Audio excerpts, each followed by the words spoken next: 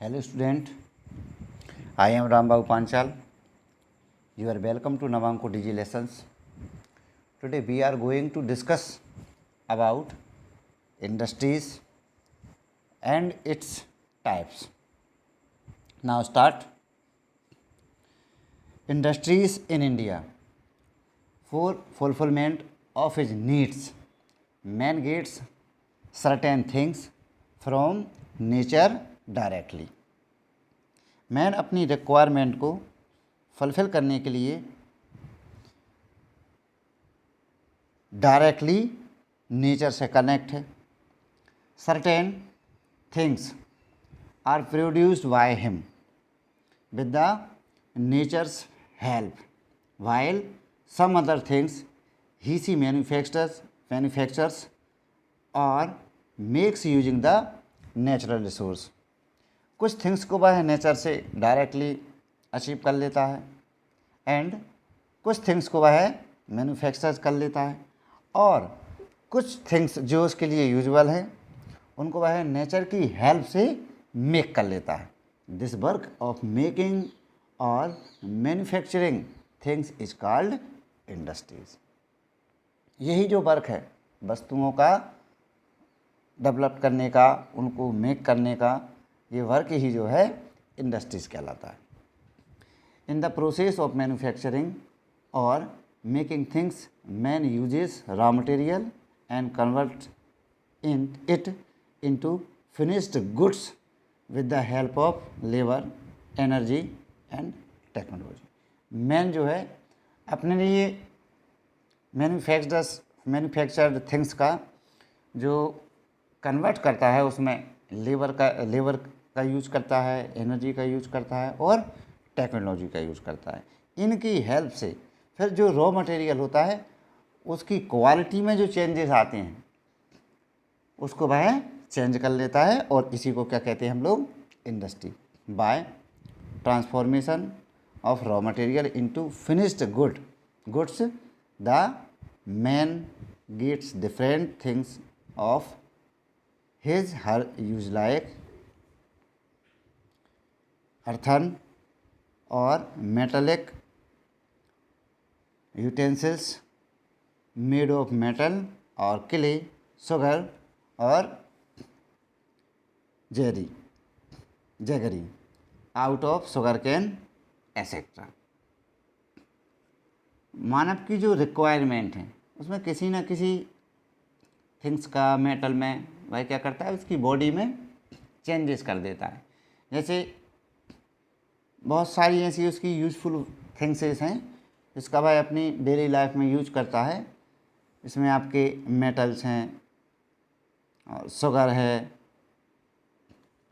Sugar cane का use करके वह बना सकता है। मेटल का यूज करके वह क्या बना सकता है, अपने लिए उपयोग होने वाले जो यूटेंसिल्स हैं उनका भी है उसमें यूज करके, रॉ मटेरियल का यूज करके उसको अपने लिए कोई यूजफुल थिंग्स कन्वर्ट कर सकता है।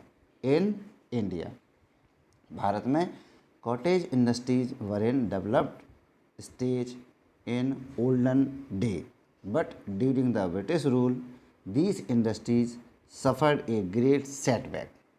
यदि हम इंडिया की इकोनॉमिकल प्रोग्रेस को देखें तो ब्रिटिशर्स के आने के पहले हमारी इंडिया की जो इंडस्ट्रीज़ थी, कॉटेज इंडस्ट्री थी, जो गांव में छोटे मोटे उद्योग चलते हैं, वो डेवलप्ड स्टेट में थी, मतलब ठीक ठाक चल रही थी। लेकिन जैसे ही अंग्रेज़ यहाँ पर आए, अंग्रेज़ों का कमबैक हुआ, तो वो जो इंडस्ट्रीज़ थी, जो कॉटेज इंडस्ट्री थी, वो एकदम ही ग्रेट सेटबैक पोजीशन में चले गए और वह प्रभावित हो गए और धीरे धीरे नष्ट हो गए। After independence the new policy of industrial development in India was declared in 1948।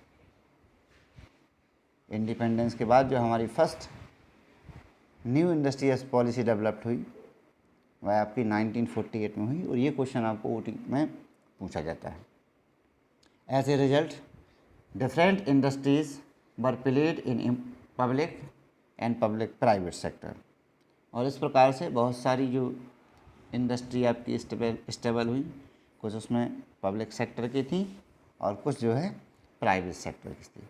Government made suitable changes in the industrial policy from time to time, और गवर्नमेंट ने जैसे जैसे टाइम निकलता गया धीरे धीरे उसमें जो अपनी 1948 की जो इंडस्ट्रियल पॉलिसी थी उसमें चेंज टाइम के अकॉर्डिंग करते गए।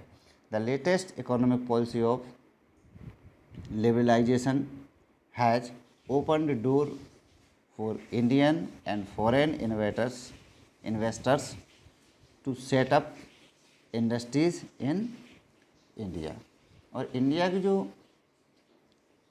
इंडस्ट्रियल पॉलिसी है, जो न्यू इंडस्ट्रियल पॉलिसीज है, उसमें इंडिया के पीपल्स के लिए और फॉरेन कंट्रीज़ जो इन्वेस्टर्स हैं उनके लिए बहुत सारी छूट दी गई, जिसके कारण इंडिया में इंडस्ट्रियलाइजेशन की प्रोसेस फास्टली चल सके।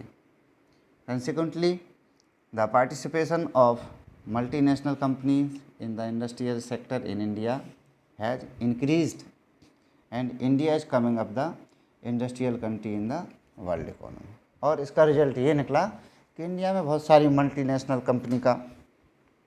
कंपनी यहाँ पर स्टेबल होती गई और इंडिया एक वर्ल्ड में अपनी अच्छी इकोनॉमिक डेवलपमेंट के लिए जाने लगा।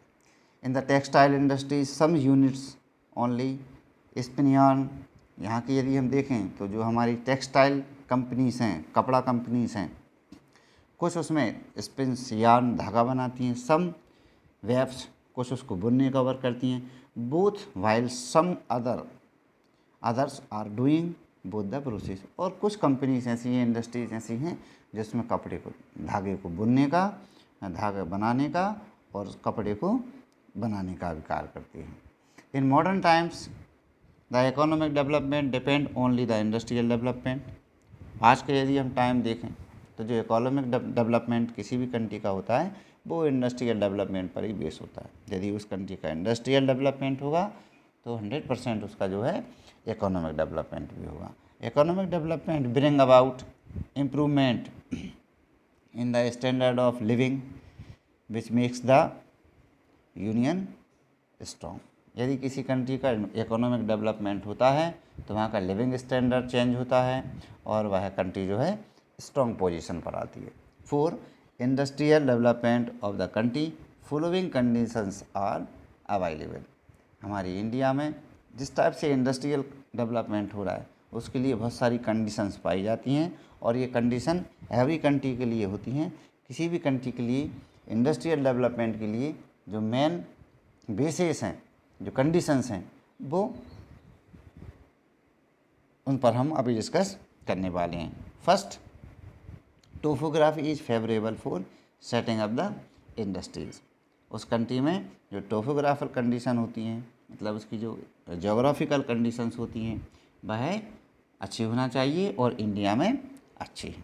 Favourable for setting up the industry. Second, climatical conditions are normal in most of the state. और इंडिया में जो जलवायु दशाएँ आपकी क्लाइमेटिकल कंडीशन है वो भी नॉर्मल है सभी स्टेट में। चीप लेबर, सस्ता श्रम मिल जाता है, इज अवेलेबल इन कंट्री। हमारी इंडिया में सस्ता श्रम मिल जाता है। Fourth, adequate raw material is available for minerals, agro and forest based industry. हमारी इंडिया में जो आपकी मिनरल्स, एग्रो बेस्ड और फॉरेस्ट बेस्ड इंडस्ट्रीज़ हैं, इनका जो रॉ मटेरियल है वो भी ईजिली अवेलेबल हो जाता है। इंडिया में वह पर्याप्त है। Fifth, good network of transportation facilities are available. यहाँ पर ट्रांसपोर्टेशन की फैसिलिटीज़ भी अवेलेबल हैं। Due to dense population wide market is available. और बहुत जनसंख्या की बहुत अधिकता होने के कारण यहाँ पर एक बहुत बड़ा मार्केट भी है। Now next, the main hindrances in the way of industrial development of India are that the country is not so developed technologically and inadequate availability of capital resources। यदि हम इसकी टेक्नोलॉजिकल और मनी से related problems देखें तो ये India में ज़्यादा हैं और ये मेन हिंड्रेंसेस कवर करती हैं, बाधा कवर करती हैं कि यदि आपको इंडस्ट्रियल डेवलपमेंट करना है तो आपकी कंट्री में कैपिटल रिसोर्स का होना इम्पोर्टेंट है। Government of India's constantly taking suitable measures for the industrial development for the country। और इंडियन गवर्नमेंट आपकी इंडस्ट्रियल डेवलपमेंट के लिए बहुत सारे वर्क कंटिन्यूसली करती जा रही है। Now types of industries in India. In this topic it is a very important for annual exam. On the basis of ownership, utility, size, raw material and nature of finished goods product, type of industries can be classified as under। उद्योगों के जो प्रकार होते हैं उनको हम बहुत सारे बेसिस पर क्लासीफाइड कर सकते हैं। इस टाइप के आपके बेसिस ओनली 5 हैं। इसमें आपका फर्स्ट है according to the criterion of ownership. Ownership के बेस पर हम इंडस्ट्रीज़ को कितने टाइप में डिवाइड कर सकते हैं, तो आपके ओनली 4 टाइप्स हैं। फर्स्ट है प्राइवेट इंडस्ट्रीज़।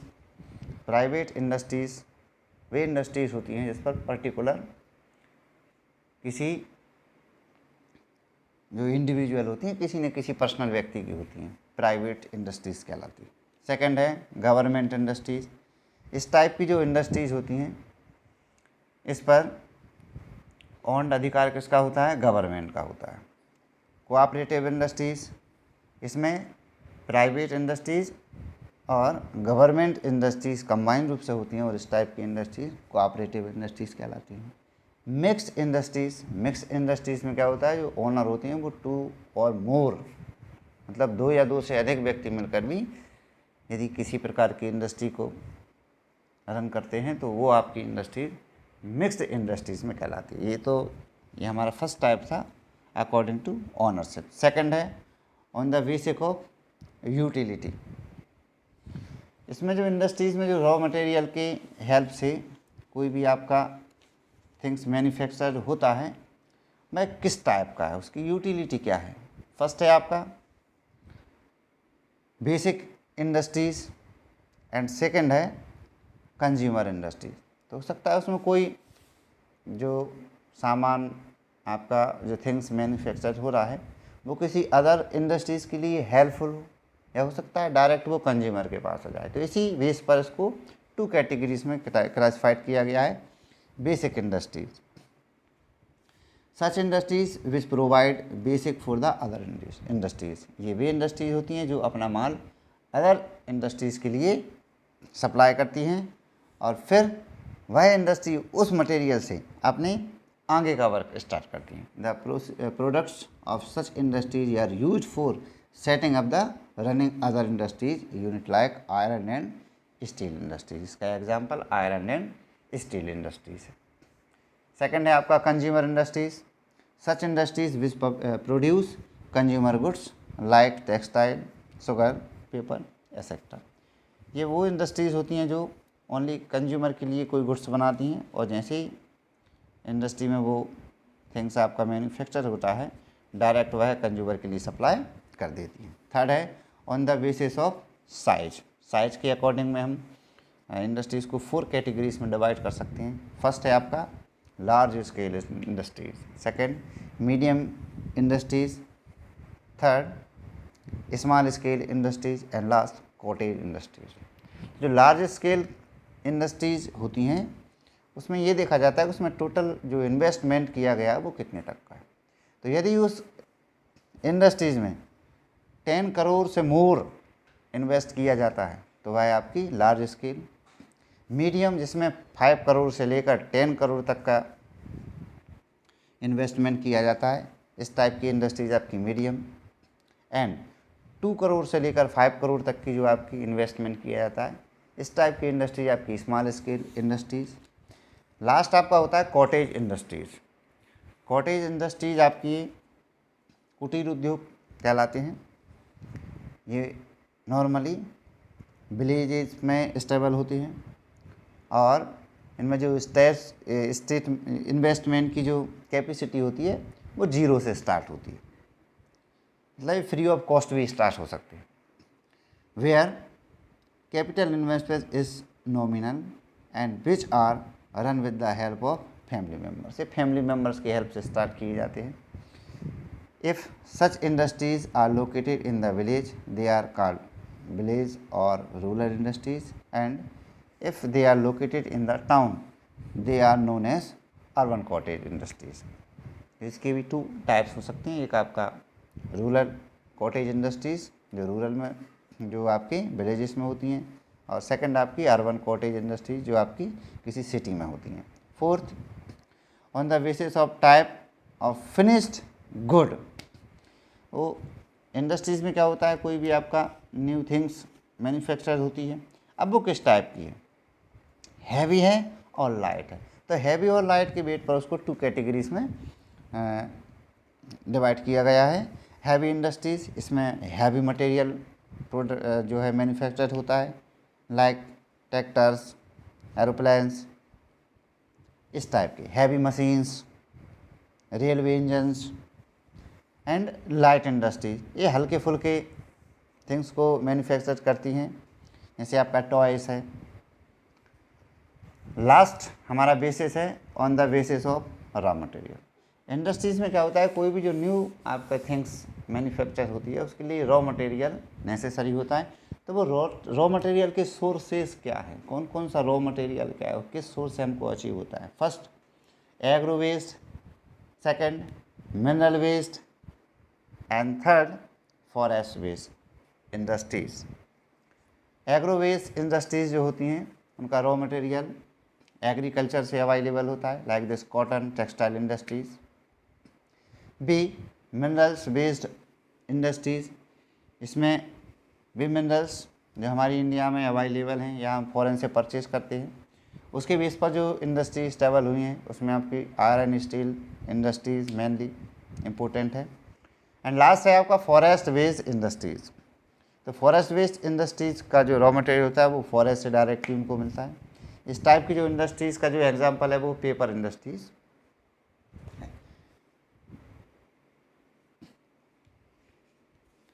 देख लीजिए, on the basis of raw material के अकॉर्डिंग 4 कैटेगरीज में है आपकी एग्रो, मिनरल्स एंड फॉरेस्ट। यानी जैसे आप मैप को भी देखेंगे तो इस मैप में इंडिया की जो इंडस्ट्रीज़ का डिस्ट्रीब्यूशन है इसमें। Our topic is complete. I hope you have understood industries and its type. In the next video, we will meet with the new topic. Thank you.